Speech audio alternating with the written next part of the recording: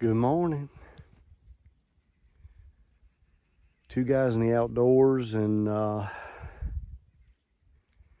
think I got something here for you that a lot of us can relate to.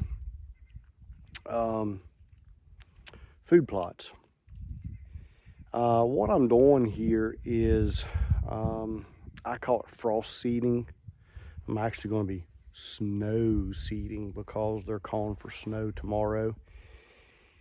And so you can see around my pond here, I'm going to rake all the leaves and the debris and all that stuff off of this dam. And you can see I've been, working this area already.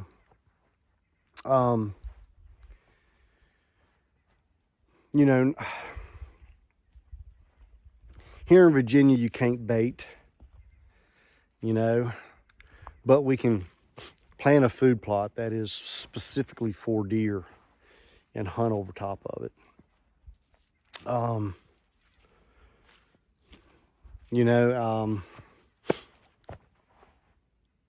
A ton of deer are harvested over food plots every year.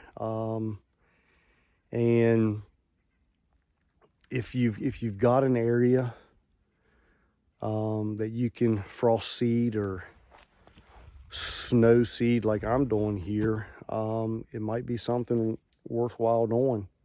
It's legal and it draws in a ton of deer if you can get that food plot established. So you can see here behind me, I've got I'm lucky. I've got an open area already established. I don't have a tractor. I can't get a tractor in here, and I don't want to till up my pond dam anyway. So I'm just going to take a yard rake, rake all the dead grass off of it, the leaves, the sticks, the rocks, and I'm just going to seed with a mix that I purchased, and I hope it does a really, really good job. You can see where I'm exposing the ground, the dirt, and then as the ground freezes and thaws, it pulls that seed down into the ground. And when you're poor, like I am, and you don't have tractors and you don't have property that you can put a half-acre food plot on, this is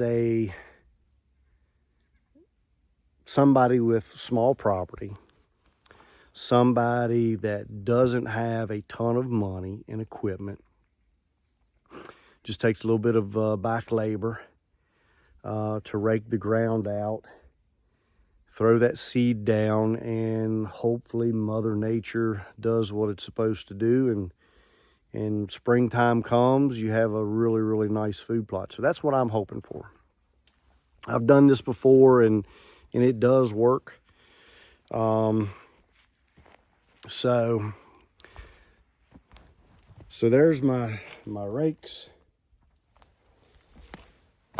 This is a Loggers Trail mix.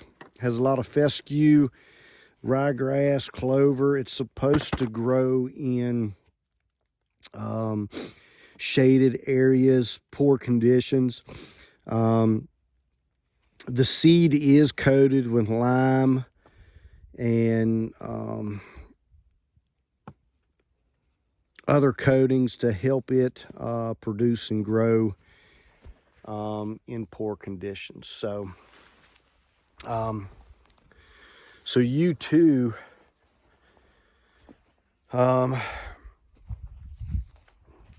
even if you've got an acre, 2 acres, You know, you can probably find an area on that property that you can, you know, remove some trees and take a rake and clean out the area. Throw some seed down in the wintertime like I'm doing. Let that freeze and thaw pull that seed down into the ground, and hopefully you'll have a food plot that you can, one, attracts deer and other wildlife. Two, you can legally hunt over here in the state of Virginia. So I'll try to keep you posted on how this is going to produce this spring. I got a lot of work to do. This area is not very big. It probably looks bigger on camera than what it actually is. It's not very big at all. But still, I'm using rakes, and I've got to get all that material cleaned off of it to where that seed can contact the dirt, and then that freeze and thaw will take over. I think it's like 25 degrees this morning. There is frost here on the ground, or was frost before the sun hit it. And so it's actually raking up fairly easy. So remember, small areas can produce lots of game. All you need is a good back, a rake, some seed, and an open area on your property, and you can do the same thing that I'm doing, and it can be very, very effective. So hey, like always, keep it simple.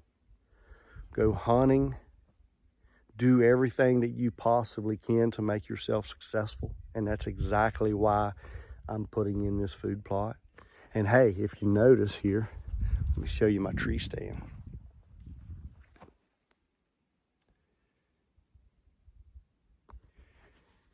That tree stand is only about 10 feet off the ground. And the reason it's only about 10 feet off the ground is I've got the cover. And hopefully this food plot does good. And next October, I'm going to be sitting in that tree stand and hopefully sending some meat missiles at some deer. So anyway, hey, like always, keep it simple. Go hunting. Go hunting with somebody else, because it's a lot more fun, and be safe out there. We'll see you next time.